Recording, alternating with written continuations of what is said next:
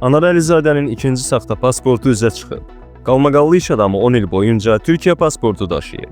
Türkiyənin verdiyi sənəd 2013-2023-cü illər ərzində etibarlı olub və üzərində Əlizadənin fotoşəkli yer alıb. Reallıq TV xəbər verir ki, bu barədə məlumatı Britaniyanın Trinity Bugle portalı oktyabr ayında yayıb.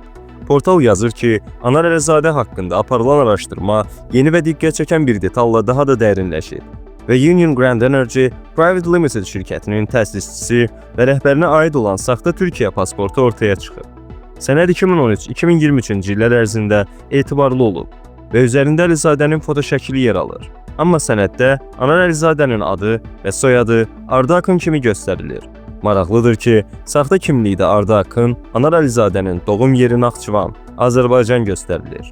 Portal qeyd edir ki, Anar Əlizadəyə aid saxta türk şəxsiyyət vəsiqəsinin ortaya çıxması həm Azərbaycan hüquq mühafizə orqanlarının, həm də Avropa İttifaqının sanksiya nəzarət qurumlarının diqqətini çəkib. Amma nə Türkiyə, nə də Azərbaycan portalın saxta kimliyi barədə sorğularını cavablandırmayıb. Poligonun apardığı araşdırma isə göstərib ki, Anar Əlizadənin saxta türk pasportu ilə bağlı məlumatı ilk dəfə Azərbaycan və Türkiyə iş adamı, Palmari Şirkətlər qrupunun sahibi Mübariz Məsumov Sakarla yaşadığı qarşıdurma fonunda Türkiyədə həbs olunduğu zaman ortaya çıxarıb.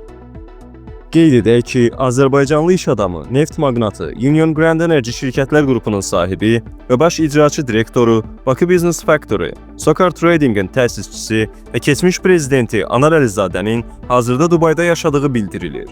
Onun adı davamlı olaraq bir çox biznes qalmaqallarında hallanır. Çirkli pulların yuyulmasında, neft qaçaqmalçılığında hallanır.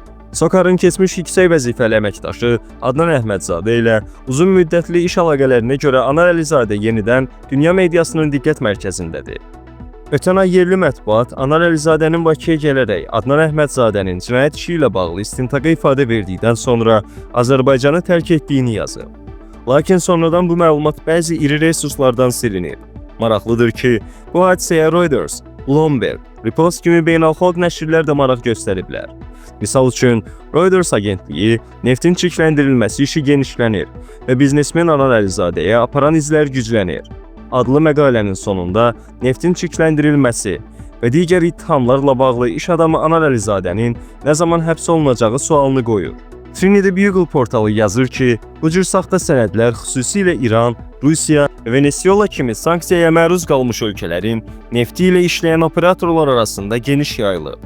Belə sənədlər treyderlərə uçuş biletləri buran etmək, tankerləri icarəyə götürmək və Dubay, Singapur və ya Kipr kimi neytral mərkəzlərdə diqqət çəkmədən tərəfdaşlarla görüşmək imkanı verir.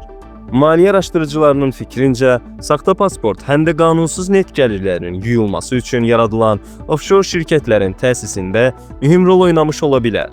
Azərbaycan hüquq mühafizə qurumları hələlik saxta pasportun yeni ittihamlara səbəb olub-olmayacağını açıqlamayıb. Bununla belə, mövcud sübutlar Anar Əlizadənin biznes fəaliyyətlərinin qəsdən aldatmaya əsaslandığı barədə şübhələri daha da gücləndirir. İstintaq davam edir və sənədin 10 il boyunca necə və hansı miqyasda istifadə olunduğu barədə əlavə detalların yaxın həftələrdə üzə çıxacağı gözlənilir, deyə portal qeyd edir. Məsələ ilə bağlı poligona açıqlama verən və müəyyən səbəblərdən adının açıqlanmasını istəməyən hüquqşünas bildirib ki, həmin saxta pasport çoxsaylı beynəlxalq səfərlərdə və müəyyən biznes əməliyyatlarında istifadə edilə bilər ki, bu da şəxsiyyətin gizlədilməsi və yoxlamaların asan keçirilməsi ehtimalını gündəmə gətirir. Hüquqşünas bildirib ki, saxta pasport iddiası təsdiqini tapsa, Anar Əlizadənin həmin sənədlə getdiyi ölkələrdə iş adamı haqqında cinayət işləri açıla bilər və bu Anar Əlizadə üçün ağır nəticələr doğurur. Bunlara sənəd saxtakarlığı, sərhəd keçmə qaydalarının pozulması, pulların yuyulması və digər əlaqəli maddələr üzrə məsuliyyət riski mövcuddur. Eyni zamanda, saxta pasportun bank hesablarının açılması, şirkət qeydiyyatı və ticarət əməliyyatları üçün istifadə olunubsa, bu da ayrıca cinayət məsuliyyəti yarada bilər. Belə hallar təsdiqlənərsə, kommersiya saxtakarlığı və maliyyə fırıldağı kimi əlavə hüquqi risklər də gündəmə gələ bilər.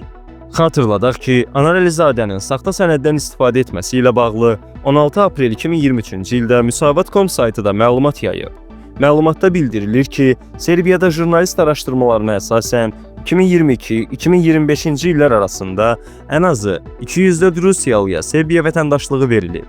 onların əksəriyyəti nə ölkədə yaşamış, nə də rəsmi prosedurları keçmiş şəxslərdir.